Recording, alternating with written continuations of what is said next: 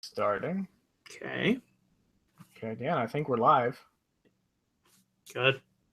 Alrighty, Dan, everybody, welcome. We are trying to live Google Hangouts. Let's hope this works out here. This is the live stream for Penguin Pointers number 28. As always, I'm Anthony. Dan, you want to chime in? Hello, one and all. It is great to be on here on YouTube once again for a live Google Hangout. This is our first time trying one of these. Show my friend Anthony the ropes on how to do a Google Hangout. But thank you for having me on. I really look forward to some good hockey talk tonight before the big game, Panthers and Penguins at 7. Yep. Well, Dan, let's talk about some headlines here going on. So, first of all, Crosby, good chance he's going to be playing tonight. What do you think about that?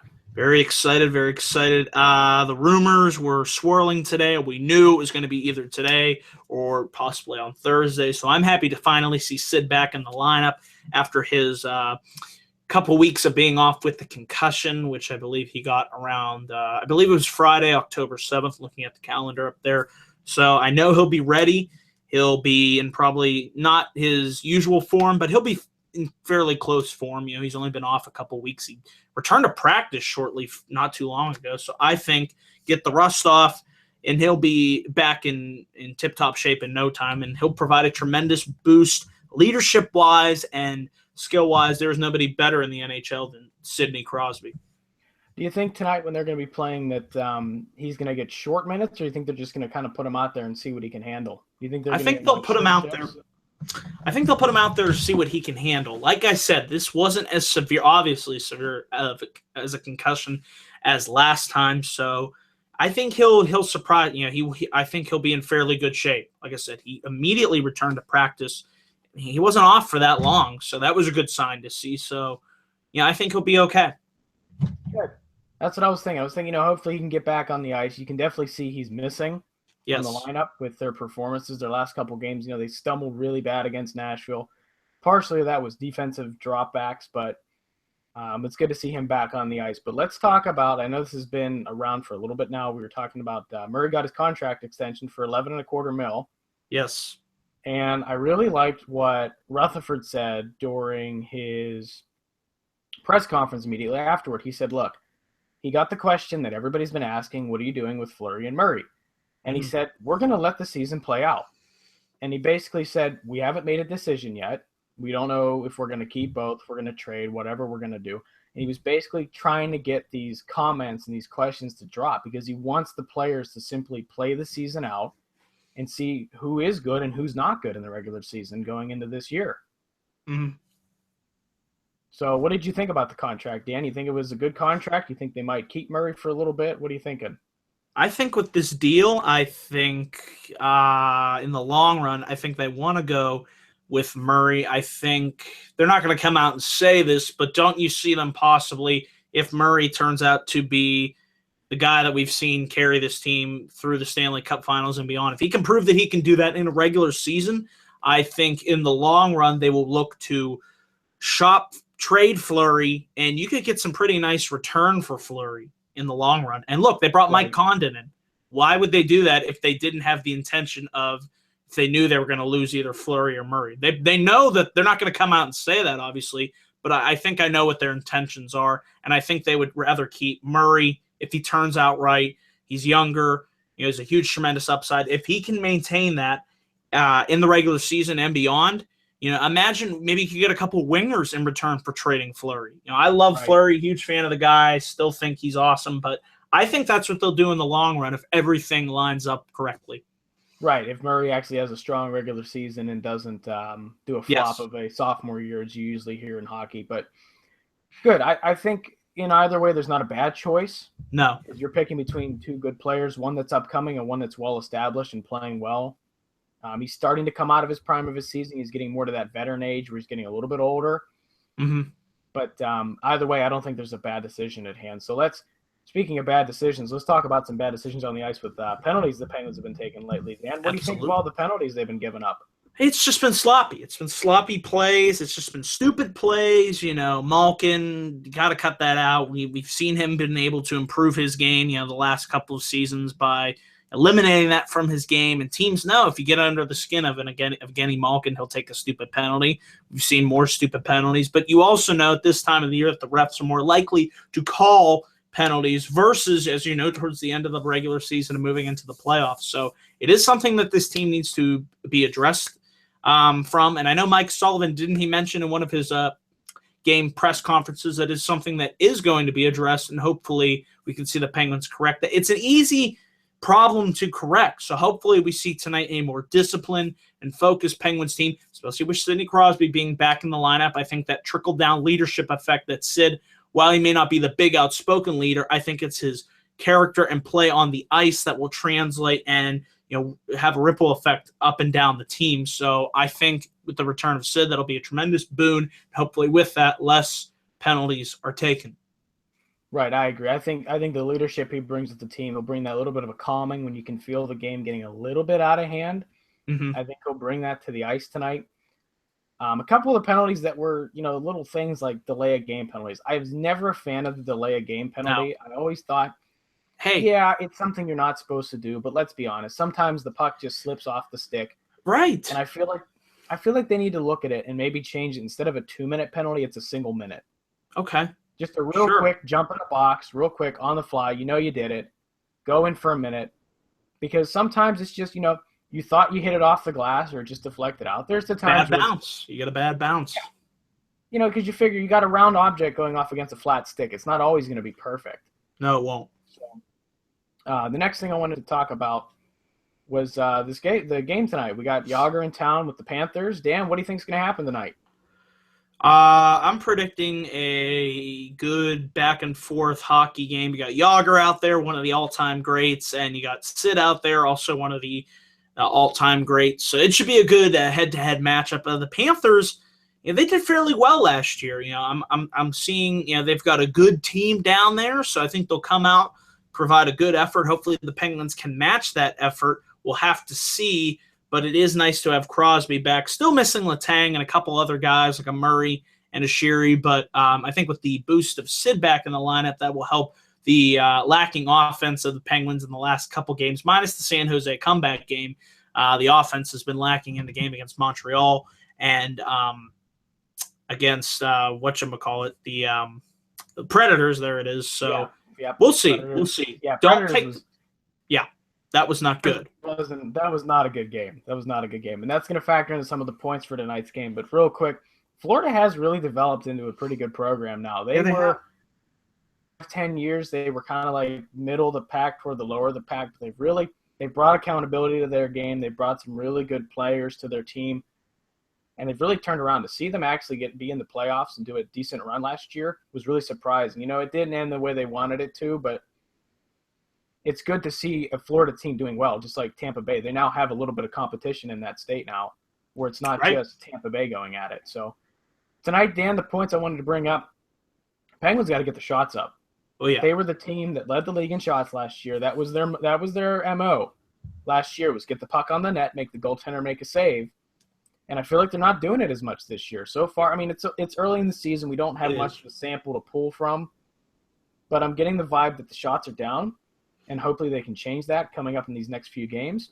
Right. That's the first point I wanted to bring up. The second point I was looking at was they got to stay out of the box. They can't be giving up 4, 5, 6 power plays to the opposition, because the way the league averages are, most teams are in the 15 to 20% range, which means that if you're giving up 6 penalties, you're almost going to give a power play goal up just by the math. Right. I mean, I'm looking at the stats here. They gave up 4 power plays. They gave 4 power plays to Nashville. They gave 6 to Montreal, so although we had 8 power plays in that game, couldn't score in any of them. That was a weird game. Yeah, that was. Montreal doing very well right now, aren't they? Are they undefeated? I didn't get a chance to check that one. I think they might be, or they had a regulation overtime loss. Let me get an update. They are doing really well. 5-0 with 1 OT. What a difference a goaltender makes. How about that? They're doing very well, sitting atop the Atlantic right now, and actually, they are they're atop the Atlantic division. So far so good for Montreal. We'll have to see. Yeah, we'll have to see what they do. They always look like a really good team. I think last year what killed them, and I said it last year in a bunch of the podcasts, was just the fact that they didn't have their goaltender. You Nope. can't. It's hard in this league to win a game without your starter. Which is why it was amazing when the Penguins lost Fleury that they were able to win with Murray. I mean, who would have thought? I thought when Fleury went down, that's it. They're done. Yeah. Right at the end of the season, I guarantee you most Penguin fans took that gasp of, here we go. It's going to be that first round exit. It's going to be another season like this. And it's just, that was something special last year. But the third point I wanted to look at tonight was, we said it in the pre. What was I thinking of bringing up with this one? Do you remember? No. We said no penalties. We said get the shots on net. I'm trying to remember. Anyway. Okay. Oh, I remember now. It popped into my head. We had in the game against Nashville, they got to stop with leaving the goaltender out to dry. Yes.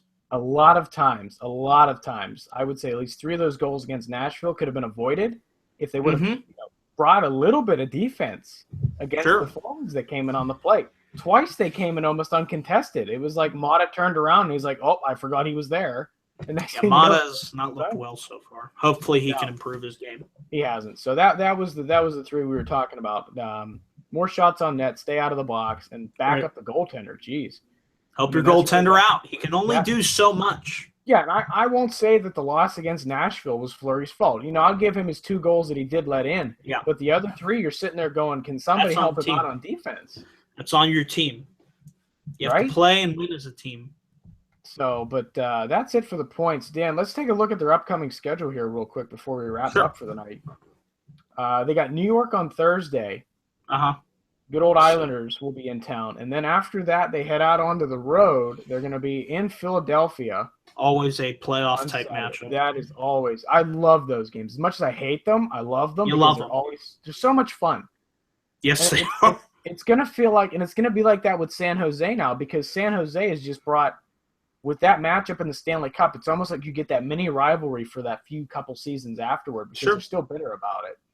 A little bit. It was like when Pittsburgh and Detroit played. That was almost a mini rivalry for a couple seasons. Now it's kind of cooled off. So yeah, because the players have moved on. Not everybody's there anymore. Exactly. So after that game on Saturday, they're off for a couple days. They're still on the road.